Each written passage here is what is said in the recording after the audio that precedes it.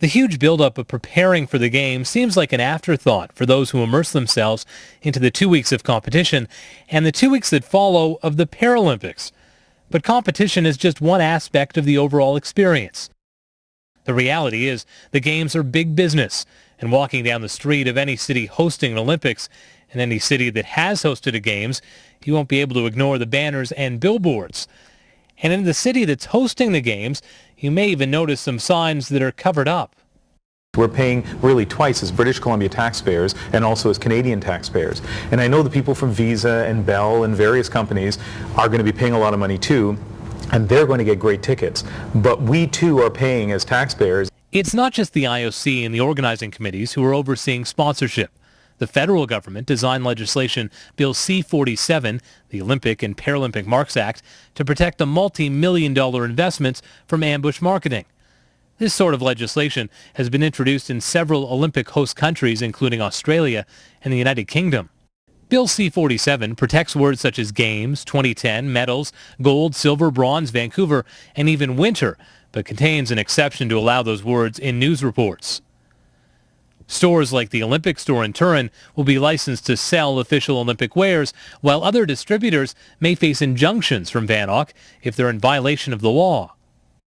Corporate sponsorship plays a major role in funding the Games, particularly athlete development. You know, the more we can support our Canadian athletes, the better. And I know with HBC, they're really committed to supporting the athletes. One of the greatest things that they are doing is giving $20 million to sport in Canada. They're funding athletes, direct to athletes. And I mean, that's a 7-year commitment, $20 million over 7 years. And so part of all these programs aim to helping athletes. I mean, we need it, and it's going to continue. Because we're having a lot of success, we're getting a lot more focus from the country, and we're getting a lot more support. And it's really helping us because we really starting to feel that the country cares about speed skating now, and so when the Olympics come around, they're very, very supportive. And now what we need to work on is making sure that we have that support all 4 years leading up to the Games as well. But I mean, Canada, we grew up, most of our teammates are from the prairies, and growing up in the prairies, we're used to being tough and being outside in the cold and being on the ice, and so there's nothing else to do but skate, right? Sponsors pose one of the toughest dilemmas for Vancouver organizers. One of the things that we noticed early on in Turin was that there were lots of empty seats at events. The first Saturday night of the Games, the day after the opening ceremony, I went to a game between the Canadian women's hockey team and the Italians. Now you think that would be full or pretty well full? Hundreds of empty seats in a rink that only seats about 6,000 people. And even the gold medal game, I saw a row of seats, the front row behind what was the Finnish penalty box, absolutely empty for the entire game. Meanwhile, there were people outside, particularly Finnish and Swedish, a lot of Canadians as well, desperate for tickets. So John Furlong has said, and I know it's gotten a lot of coverage here, is in fact Dave Cobb in particular, the senior vice president who has this responsibility, has said, first of all, if the Games here don't sell out, VANOC will consider that a failure. That's quite a statement when you consider our rinks don't hold 6,000 people or 4,000 people like they did in Turin, but rather 18 or 20,000. But secondly, not just that the seats will sell out, but that they'll be filled.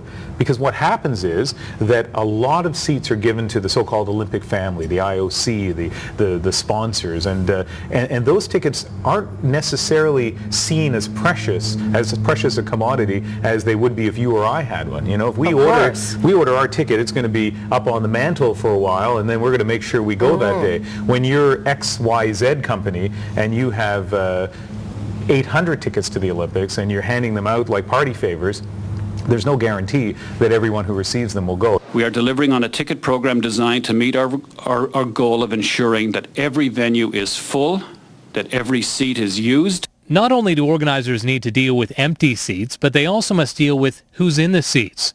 In China, a black market has crept into being, selling tickets at a premium. If caught, scalpers face 10 to 15 days in detention and a fine of $1,000.